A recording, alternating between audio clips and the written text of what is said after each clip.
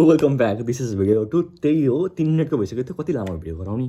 अब चाहिँ के बुक चाहिँ पढ्ने त होइन, के पढ्दाखेरि चाहिँ ल यो मैले भने the art of not giving the fuck के भने 48 लज अफ पावरहरू भने, यो बुक नपढेर कुन बुक पढ्ने त, त्योभन्दा बेटर के छ त भन्ने कुरा आयो होइन। त्योभन्दा बेटर चाहिँ यो बुक छ, द एल्म्यान्क अफ नवल रविकान्त होइन। यो बुक चाहिँ बवाल छ। त्यो सबै बुकले दिएको नलेज मलाई यो एउटा बुकले दिएको छ भनिसकेपछि यो बुक चाहिँ बवाल छ। यो बुक चाहिँ म तपाईँलाई एकदम रेकमेन्ड गर्छु, one of my favourite book of all time होइन।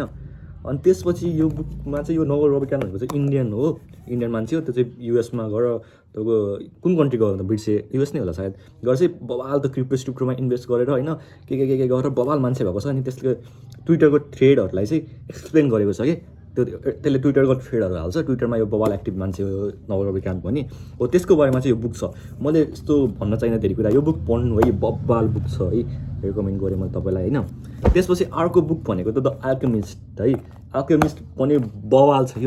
यो मान्छे यो पौलो क्याल्हो भन्ने होइन, के हो अब प्रनाउन्स गर्न मलाई राम्रोसँग आएन, तर यो मान्छे बवाल रहेछ। यसको बवाल धेरै बुकहरू छ, मैले देखिरहेको हुन्थेँ, मलाई के होला र भनेर पढ्न मन लाग्थेन। तर मैले यो बुक जब पढेँ तब त यस्तो बुक पो पढ्ने हो त होइन।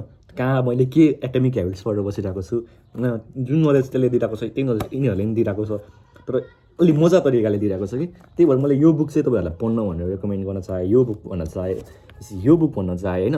त्यसपछि कहिलेकाहीँ चाहिँ झगडा गर्दा चाहिँ यो बुक नै पढिरहेको हुन्छु मैले, द यस्तो बुकहरू। यो चाहिँ केही छैन बच्चाको, यसको मुभी पनि बनेको छ।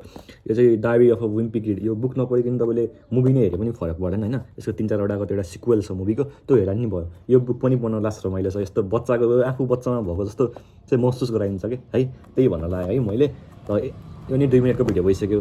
यसपछि अरू बुकको बारेमा कुरा गरौँ है त यसपछि चाहिँ।